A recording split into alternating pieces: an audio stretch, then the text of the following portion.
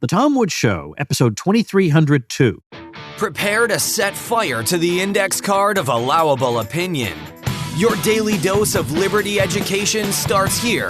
The Tom Woods Show.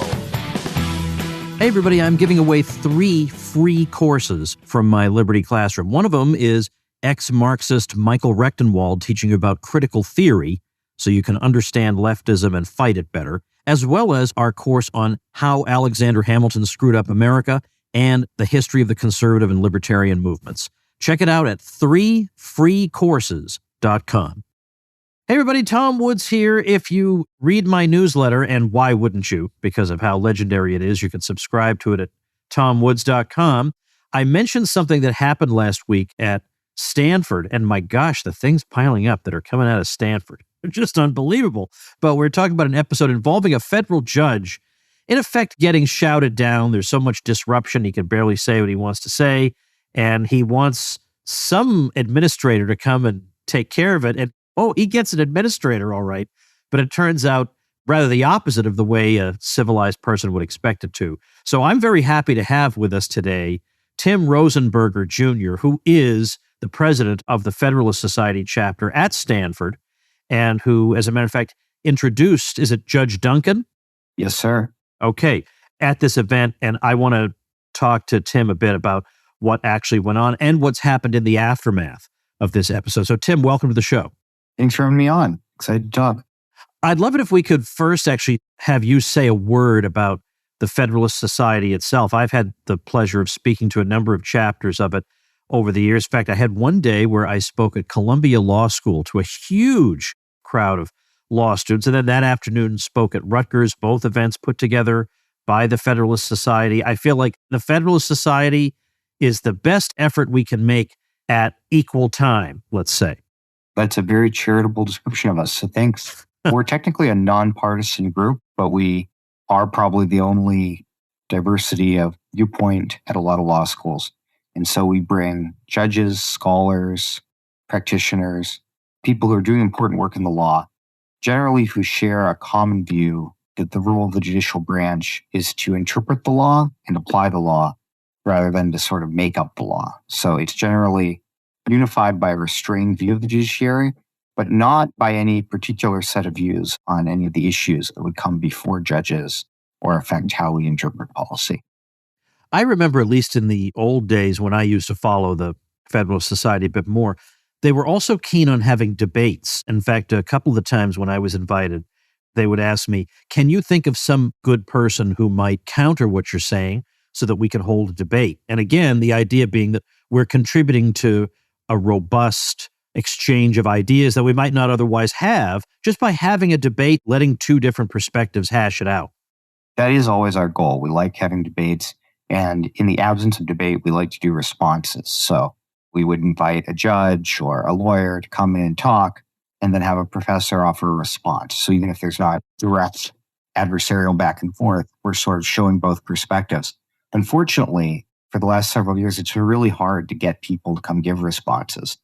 Almost no one on our faculty will do it. And even if we were willing to look a bit further afield to say to people at area law schools, this is a chance to come speak at Stanford, which we had hoped would be an enticing thing, people will not come and do it. Now, why do you think that is? Well, I think there are a couple things. I think that the main one is an organized effort by a number of very prominent people in the legal academy and a number of student activists to sort of anathematize anyone who participates in a Federalist Society event. The purported rationale for this was that it stemmed from January 6th, and that after January 6th, too many Federalist Society people had been involved in the Trump administration, and it was therefore imperative to deplatform the Federalist Society and make it seem beyond the bounds of discourse. Josh Hawley and Ted Cruz, obviously 2 sitting senators, have long-time associations with the society, but it seems like it's probably a bit more nefarious than that, and that by deplatforming the Federalist Society, you really can stifle the primary counter-programming at law schools, and they can operate more like seminaries, in that there's one set of viewpoints, and they're presented, and anything else is a heresy. That was more or less what I expected your answer to be, which is why back when I guess I was more involved in terms of giving talks and things at the Federalist Society 10, 15 years ago. It's amazing how quickly things have changed. Just in that amount of time, the level of discourse and the nastiness is so different now than it was then. I mean, yeah, obviously the Federalist Society had its enemies and critics, but it wasn't anything like what we see today on the campuses. I would think an academic career these days would be much more challenging than it was, as I say, not even a generation ago. You say that, it's really funny. We were talking, a group of us were having dinner with Peter Thiel a couple weeks ago, and he was talking about how when he was at Stanford, one of the young professors was Professor Joe Bankman.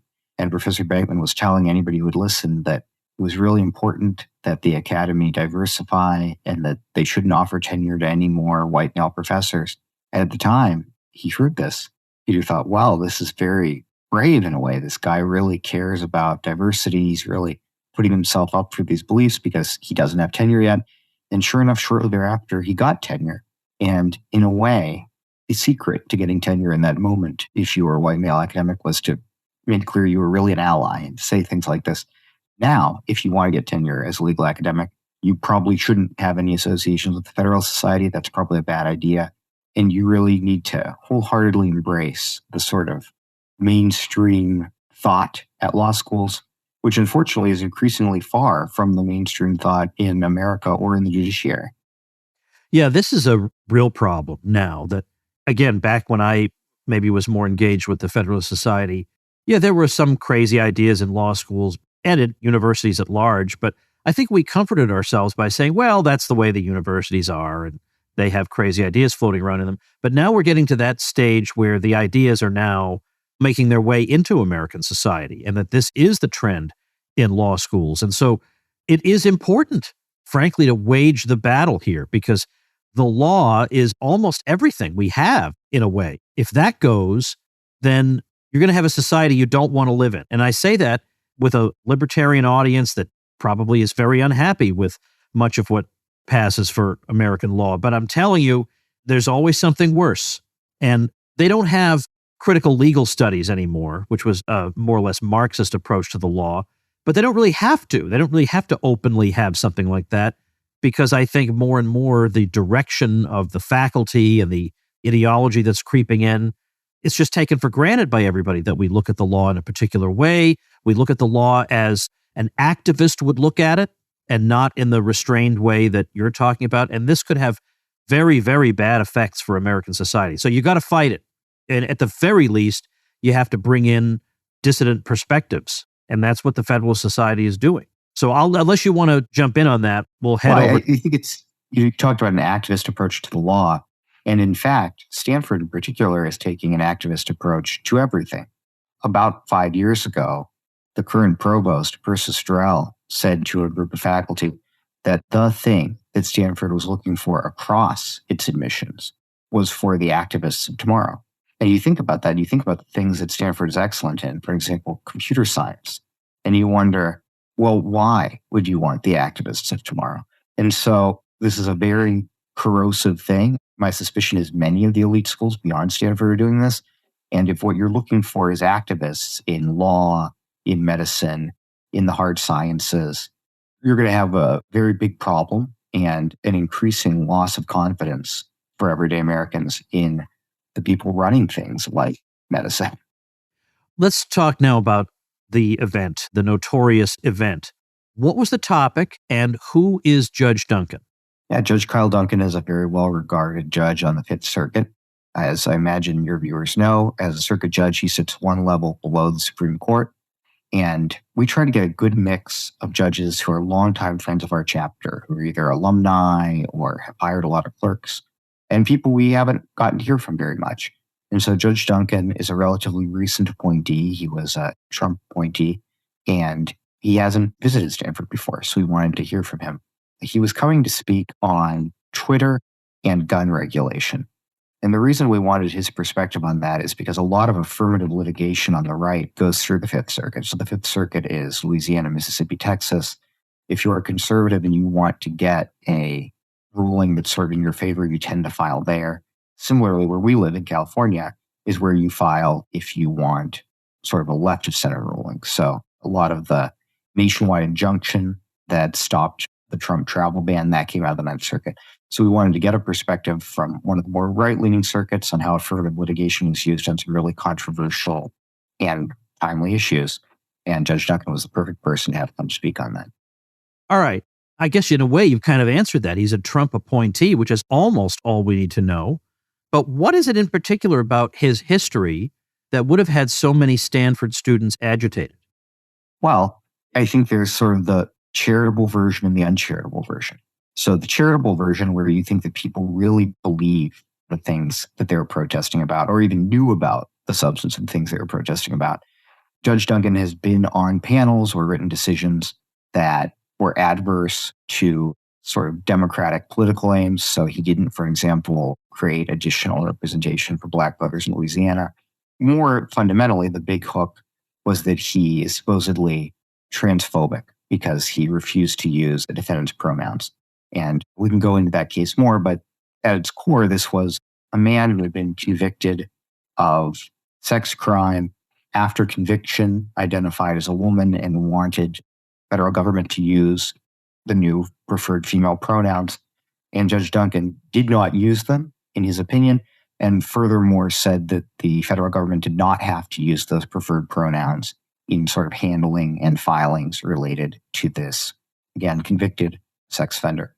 The sort of uncharitable version, where I think he was a target, and a number of Trump appointees we've invited here in the past have not been targets in the same way, is that Judge Duncan's like a true believer in a lot of the more conservative things. That's independent of his role as a judge, but he actually is a person of faith. He has a big family, and he did not go to these sort of elite pedigree schools. He went to Louisiana State, and I think there's a sense that he's not part of the club, right? Like even if someone's very conservative, if they went to Stanford or Chicago or one of these peer schools, and they had a long career hanging out in DC as a bureaucrat, they're of us. Whereas someone who's really from real America, went to school in real America, did litigation in real America, that person's not worthy of being a judge. And so we can just be incredibly terrible to them. Isn't it funny how and I feel so stupid pointing out this alleged hypocrisy of these people, because it's not really hypocrisy. It's like when I think sometimes we're inclined to think things are hypocrisy when actually it's just, there is actually a rule governing the way they operate. It's whatever advances the revolution is acceptable. There's no hypocrisy involved. That is the way they look at it. Well, likewise, so these people who are supposed to be the paragons of diversity do not seem to have cared one whit about, if you look over the past, 20 or 30 years, how many people sitting on the Supreme Court have come from Harvard Law School or Yale Law School? Overwhelmingly. And that is a complete lack of diversity. So this particular type of person is going to overwhelmingly make decisions for everybody in America. Well, yeah, that's the way some people want it. And these are the ones who lecture us all day long about democracy and how delicate it is and we have to protect it. But by democracy, what they really mean is people like me are going to tell people like you what to do, and you're going to sit there and like it. Exactly. So let's talk about what happened. So I saw a clip that I think a lot of people saw, but what happened? Was it he started talking and instantly he couldn't, or what happened actually? Things started to go off the rails even before he got to the point of being unable to talk. And I think what you're seeing in those videos, these are just students pulling out their phones and taking a video. And I think things got pretty bad before they were like, this is just so weird. I need to pull out my phone. The judge got to the school a bit early. And so he and I went to go grab a coffee. And as we were walking back from the coffee shop towards the campus, we could hear this din. There's just this noise. I'm now told that the school had set up this safe space type thing behind the building the judge was going to speak in. And I assume this was done to sort of de-escalate, but it seems like maybe it functioned more as a pump-up zone. But anyway, when the judge and I got to the building, we walked in, and there was this gauntlet of people lining the hallway between where we walked in and the room he needed to go and give his speech. There were about 100 people. People had their faces painted. They had this poodle mix dog that was painted as the trans flag. They were waving these obscene signs at him and sort of getting in his face and yelling at him about various decisions. And so he had to walk this gauntlet just to get in the room. And like most mobs, it fed off itself. So when we got to the front of the hall and we started walking in, we were hearing these sort of middle school like chants, hey, hey, ho, ho, Judge Duncan's got go or something. And by the time we got to the door for the room, things being yelled at him were like, I hope your daughters get raped. Right. I mean, it escalated fast and it was ugly. That is unbelievable. But by the way, could you imagine if the Federalist Society did something like that to one of their speakers? It would be, we would never, ever hear the end of it. Well, I don't think I would graduate. Right. I mean, and even if I did a lot less, even if I did something sort of, in my mind, theatrical and clever, like I showed up for a Sonia Sotomayor speech dressed as a fetus and staged a die-in the front, I would be expelled, right? Like this, and they would say this was a disruption. It was very triggering. You can't come to school anymore. It is interesting that is not how things are going on this. But anyway, the judge and I got to the room. I started introducing when I had a paragraph of introduction written, and the noise was already going, right? The booing and the noise. And I just read through it as if I was in a hostage video and handed off the podium to him and sat down. And so he tried to start on his prepared remarks, and it just wasn't happening. There was a lot of noise, just noise. And then there was this crosstalk. So any word he would say would elicit some sort of response from a particularly boisterous member of the mob. And this went on for more than 10 minutes before anyone intervened. And then the intervention, the sort of unhelpful intervention, is what you see in the tape. Right. Okay. So one of the arguments that you hear from people who disrupt speeches is that the disruption is also free speech. I mean, it's unbelievable that you could actually be so juvenile as to think that's an argument, but I have heard that raised. I presume you have some kind of answer to that. Right. I think that there is a line between adding your own speech to the discourse and preventing someone else from speaking. And in fact, Stanford, for all of its flaws, explains this difference in their current policies. And we discussed this on Tuesday. So 2 days before the event, I met with the folks from Student Affairs, and we went over this dividing line. Protest is fine. People were allowed to bring their obscene signs into the event. They were allowed to make their voices heard. They were allowed to put up posters and signs outside the building. There was going to be a Q&A at this event. They were welcome to ask difficult questions. All of that is speech and is fine. But if the way you use your speech is to prevent someone else from speaking, that's considered a disruption and not allowed. And purportedly, Stanford's policy is that you get a warning, told you're disrupting the speech, you're preventing someone from speaking, and then you are ejected from the event. And you need to have that policy, because if you don't, it effectively silences minority views. You get to the point where a determined majority or just a particularly unhinged group of people can filibuster any speech that they're not excited about. So what happens then when Dean, now I can't remember her name, I wrote about this in my newsletter. Yeah, of course, Kieran Steinbach, yeah. Was it that Judge Duncan, isn't it that he asked for an administrator and this is the one who came forward? Well, he asked for an administrator, and then they had this sort of weird exchange. So she wanders down and says, I'm an administrator. I'm here to respond. And he goes, what? You're here to respond? Because what he's thinking the administrator is going to do is say, this is a disruption. We're going to start ejecting people. Here's the warning. That's what a normal person would expect, right? Right. And he goes, but she's sort of given something away. She said, I'm here to respond. He goes, well, who are you here to respond to? And she says, well, I'm here to respond to you and to the room. And he goes, what? And she goes, you're addressing the room. I'm going to address the room. So he's like, okay, on second thought, I'm not sure this is such a good idea. So then she makes this motion at me and she goes, Tim, can I talk? I sort of point back at him and I say, well, that's up to the judge. And then they continue to have this sort of weird thing where he's not quite sold on giving her the podium, but she's asserting that she's a dean. And at the same time, the mob gets involved. And it's a striking thing that people have talked to me and they say, oh, I remember the 60s at Berkeley. There were such bad protests. And it's like, well, the 60s at Berkeley, the mob was solidly against the administration of the school. And here the mob takes her side. If you listen to the tape, the mob says, first, she's a dean. She's an administrator. You asked for an administrator. Let her speak. And Judge Duncan sort of seems, it turns out, wisely hesitant to give her the podium, at which point the students start yelling again, sort of more edgy things. You hear somebody yell, your racism is showing. You hear somebody yell, respect black women, respect black women, respect black women, again and again and again. And so when sort of asserting her authority as a dean doesn't work, they move to these identity-based reasons why he has to make space for her. So he's eventually cowed and lets her get behind the podium. And then she whips out this iPad and starts to read from it prepared remarks. Yeah.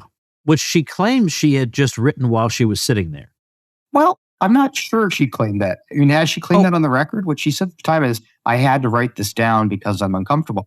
Yeah, I had to write this down because I took so that doesn't necessarily, I took that to mean there's a disruption and everything's chaotic. And so I had to write this down so as to be able to get up here and deliver it effectively. That was what I took it to mean. But maybe she isn't necessarily insisting on that. It doesn't really matter, because if these were prepared remarks from like 3 days earlier, then she's an even less impressive person than you think. I mean, these are your prepared remarks? They're ridiculous. They're what I would expect just any old protester at a fourth-rate school to say. And this is supposed to be a dean. Now, she's a dean in a, let's say, in a technical sense, but she's the dean of, what is it, diversity, equity, and inclusion or something like that? Right. So does this not, before we even proceed, does this not seem to suggest, in case we needed it spelled out for us a bit more, that if you were to think that, oh, well, diversity, equity, and inclusion, that sounds nice. It's just that everybody gets a seat at the table and everybody gets a chance to be heard. And so, of course, what could be objectionable about that? That actually, it's none of that. What it really is a power play whereby our perspective is going to be heard and yours might be heard in dribs and drabs if we allow it. But really, this is a power play by which a certain set of ideas will become dominant. That's what these deans are for. Nobody thinks a dean like this is going to insist on improving and even raising the standards at Stanford and make sure everybody is equally heard. No one expects that. We all know that. Am I too cynical?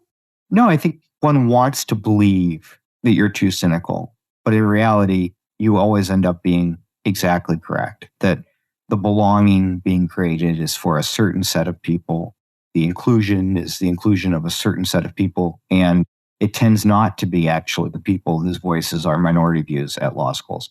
And so what you saw here was that this job really is to be the adult activist. And so it reports to the most unhinged student. And as long as that person is happy, the university is happy. Before I go on, let me say a quick thing that will help a lot of you, and you know who you are. If you are in business and you're getting buried by your competition online, then build your brand, your reputation, and your lead flow with digital marketing by Persist SEO, our great sponsor. If you're a small local business, you're trying to compete against large companies in the service industry, increase your visibility with Persist SEO. Or if you have low or no leads coming in on a consistent basis, well, website search engine and conversion optimization can help move the needle to a more prosperous business model for you. If you're tired of cold calling, use your website as a lead generation engine. If you're not showing up for your services on the search engines, then get found with Persist SEO's expert search engine optimization. All you have to do is call 770-580-3736 or visit them at ineedseo.help for a free website audit and consultation. That's 770-580-3736 or ineedseo.help. For some reason, it seems like bad publicity is not as important as being perceived as being on the right side of things. So, yes, they have a dean who is going to get them some bad publicity, but they can't not have that dean. That's unthinkable. We'll deal with Tucker Carlson criticizing us from time to time. That's fine. But it was more than just Tucker Carlson. I mean, I don't think Jonathan Turley is an extremist, although I'm sure some of them do. And it was from him that I found out about this whole episode. I think the branding will certainly keep moving such that within a couple of years, Jonathan Turley will be an extremist. I think the important thing to remember is we invited a sitting, presidentially nominated, Senate confirmed judge, right? I didn't invite some opinion commentator. I didn't invite someone particularly controversial. And this is what happened. Yeah. And so the cynical part of me says, well, my schedule should have been week 1, Mila Yiannopoulos, week 2, Ann Coulter, week 3. And because what would the difference have been? You know, right. Might as well. Ann Coulter is a tough lady. She can handle it. And we wouldn't have subjected this federal judge to this disgraceful mess. Well, so go over what it is that she actually told everybody. So she starts with this therapeutic language of, I had to write this down because I'm uncomfortable.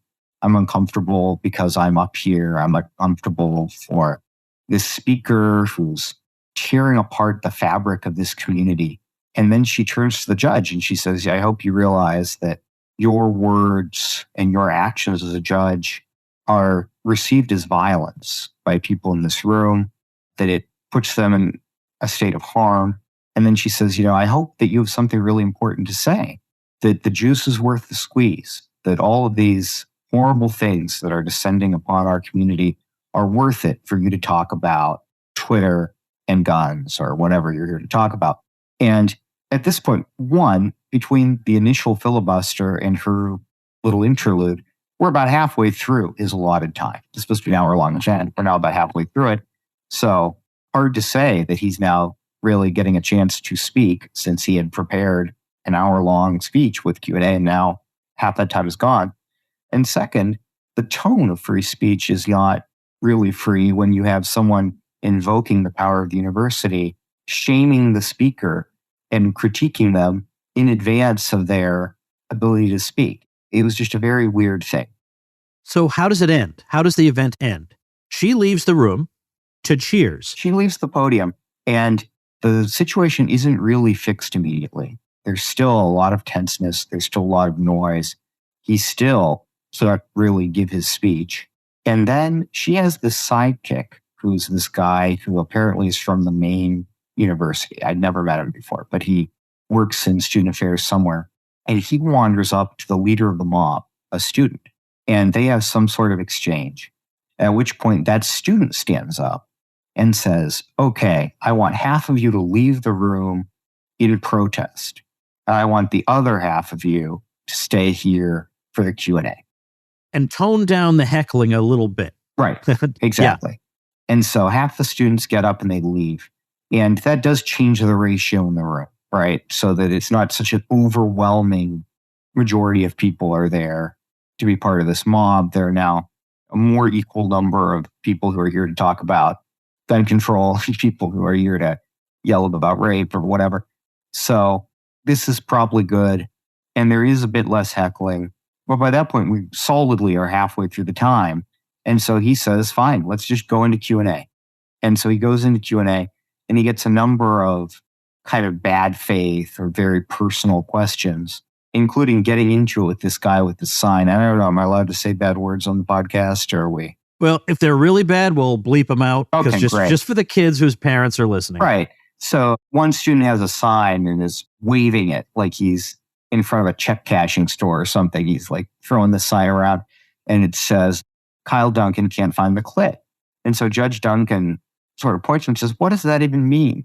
And the kid says, oh, you know what it means. I'm a gay man. I f men. I can find the prostate. Why can't you find the clit? And this is sort of one of the more memorable, but not really an outlier in the exchanges he's having in this supposed scholarly Q&A.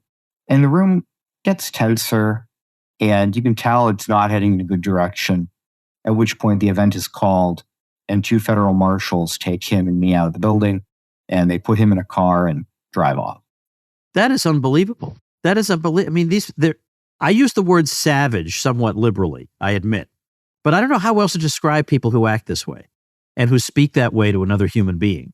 But now, okay, after this all passes, because of the technology available to us where anybody has a video camera, we all saw this particular clip.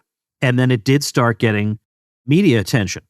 Well, I think even before, or at least maybe simultaneous with the media attention, you have another dean who made some kind of statement indicating that they're going to look into it, but what transpired here is not consistent with our views on free speech. And I believe even hinted that the way the quote-unquote dean handled it was also unacceptable.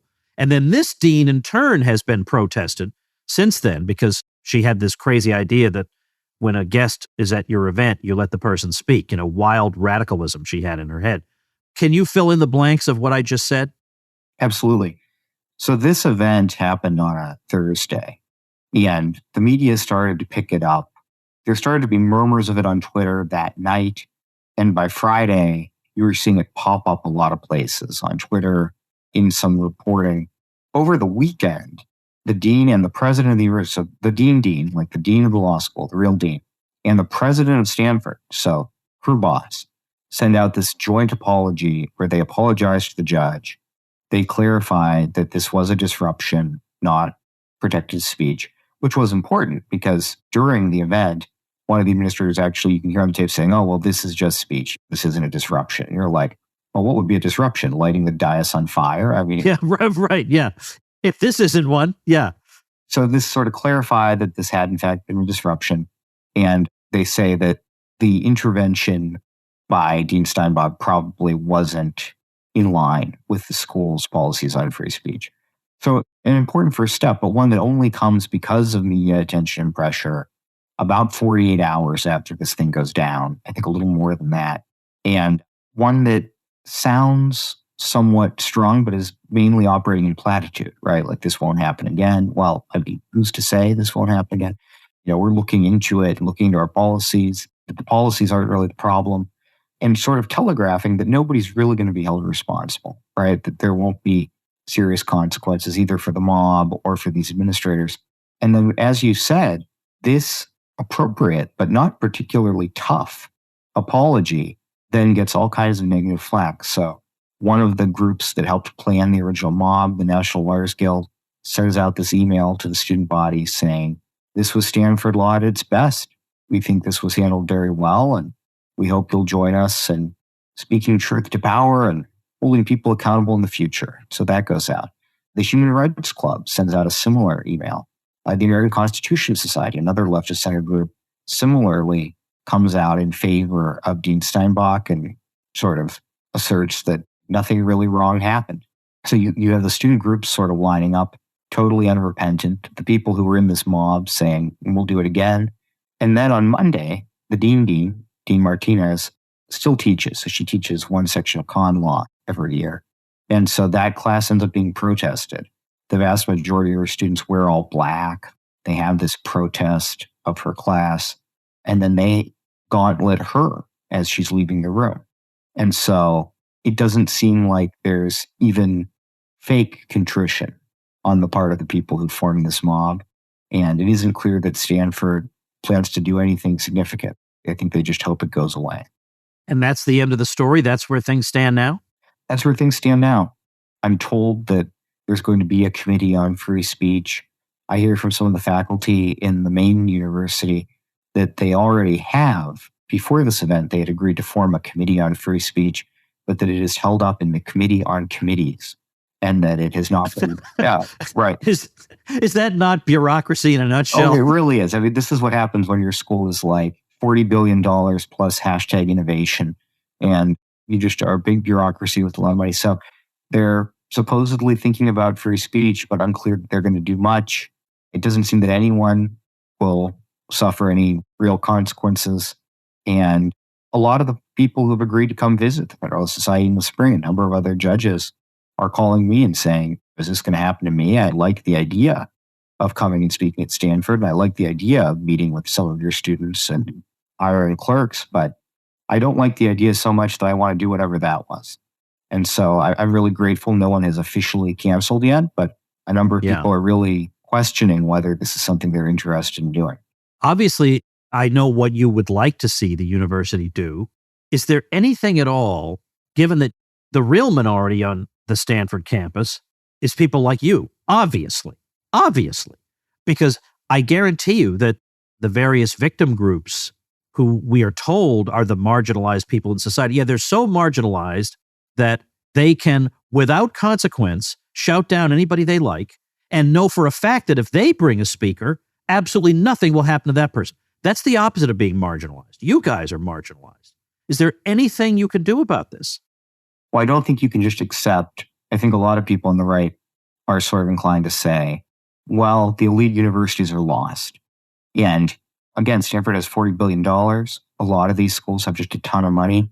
It's not an acceptable solution to say we're going to create our own universities or we're going to teach all of our children to be HVAC technicians, and that's a good middle-class life, because we need to have some representation in the professions. We can't just sort of let these become pieces of the left.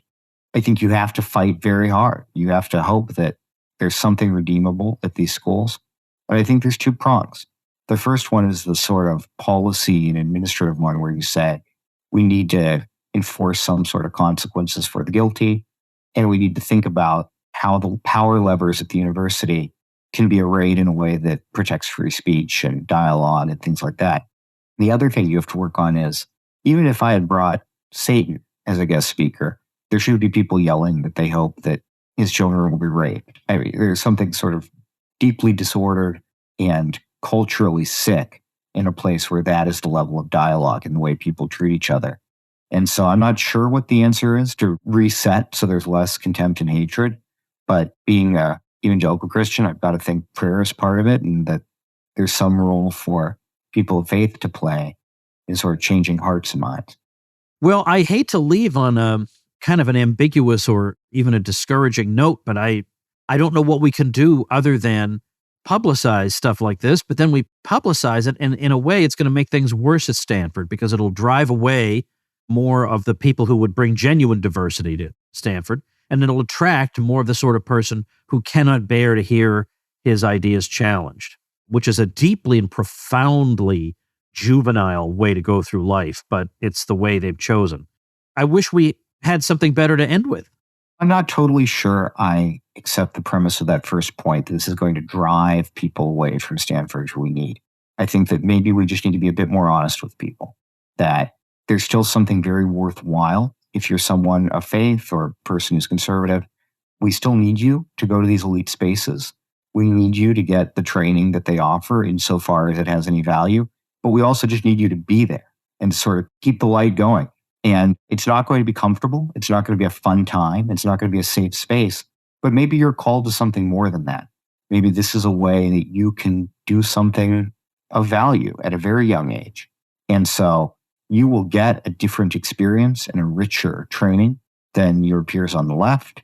You will form a smaller cohort of friends, but really deep friendships that are going to stick with you for the rest of your life.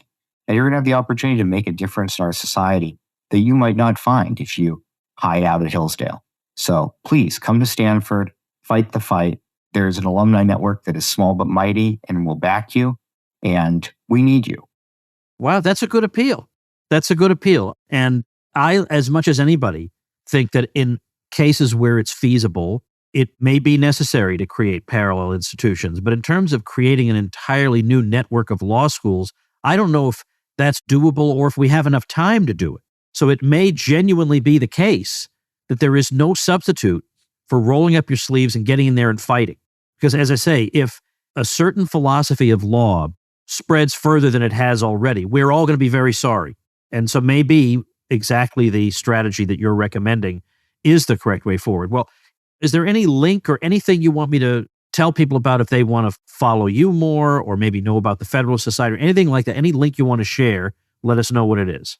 Oh, I think the Federalist Society has a great program, their Freedom of Thought Initiative. I think they're doing really important work across law schools. So folks who are interested in this in a theoretical sense should go there, particularly for your young listeners who are thinking about law school, thinking about where they want to go. I would love for them to follow me on Twitter at TimJRJR. Just message me. I'd love to talk through what you're thinking about in terms of law school and where you might want to go and how you can survive and thrive in a place that might seem hostile. But of course, I'm happy to hear from everyone. So anyone who would like to contact me there, I will respond to. Tim, thank you very much and best of luck to you. Thanks very much for having me on. And thank you, ladies and gentlemen. Become a smarter libertarian in just 30 minutes a day. Visit TomWoods.com to subscribe to the show for free, and we'll see you next time. Like the sound of The Tom Woods Show? My audio production is provided by Podsworth Media. Check them out at podsworth.com.